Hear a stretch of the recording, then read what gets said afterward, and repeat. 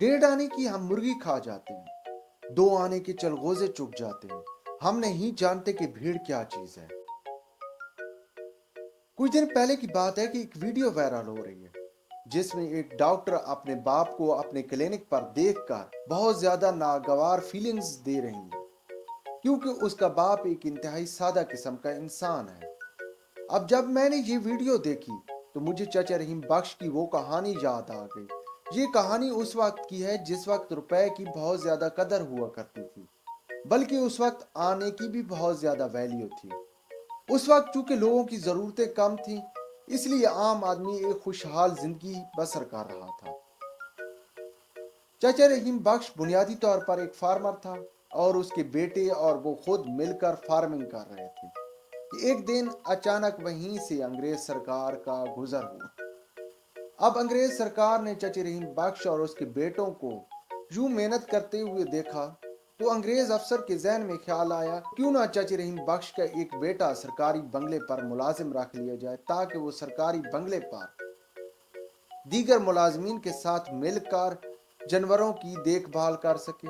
अब अंग्रेज अफसर ने चाचा रहीम बख्श को ऑफर की कि वो अपना एक बेटा सरकारी बंगले पर मुलाजिम करवा दे, और ये सिर्फ सरकारी बंगले पर मुलाजिम नहीं होगा बल्कि ये मलका बरतानिया का मुलाजिम तस्वर होगा।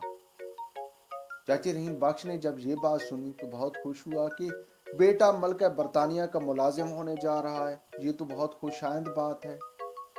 अब चाचा रहीम बख्श के जहन में ये भी ख्याल आया कि यहाँ पर तो सारे बेटे मेहनत कर रहे हैं और सारे फार्मिंग का हुनर रखते हैं। अब अगर इनमें से कोई बेटा दिया जाए तो पीछे काम कौन करेगा, क्योंकि उस वक्त फार्मिंग सारी हाथ से की जाती थी और फार्मिंग बहुत ज्यादा मुश्किल थी। खैर, फार्मिंग आज भी मुश्किल ही है। खैर, चाचा रहीम बख्श के जहन में मौजू का ख्याल आया। चाचा रहीम बख्श का छोटा बेटा मौजू सिर्फ और सिर्फ भेड़ बकरियां चराया करता था। चाचा रहीम बख्श ने सोचा कि छोटे को ही भेज देते हैं और इसी बहाने अंग्रेज सरकार के साथ ताल्लुकात भी बन जाएंगे। अब चाचा रहीम बख्श ने अपने छोटे बेटे को अंग्रेज अफसर के साथ रवाना कर दिया। खैर, कई महीने गुजर गए। अब बाप को बेटे की याद सताने लगी तो चाचा रहीम बख्श बेटे को मिलने शहर में चला गया, जहां पर सरकारी बंगले पर उसका बेटा मौजू काम कर रहा था। खैर, बाप सरकारी बंगले पर पहुंच गया।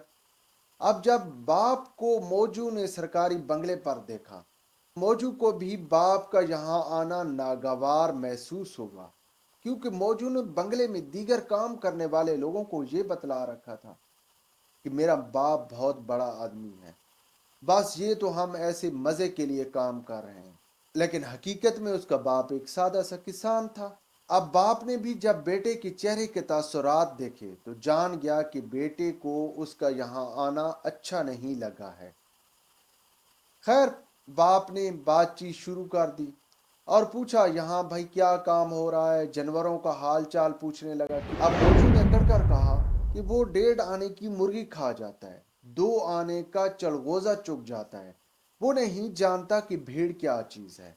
अब बाप बड़ा हैरान और परेशान हुआ कि ये तो वही मौजू है जो कि उसके घर में भेड़ बकरियां चराया करता था, और आज यहाँ कह रहा है कि वो नहीं जानता कि भीड़ क्या चीज है। खैर, बाप ने उसके कपड़ों पर निगाह डाली और उसे बताया कि उसके कपड़ों पर इस वक्त भी गोबर लगा हुआ है।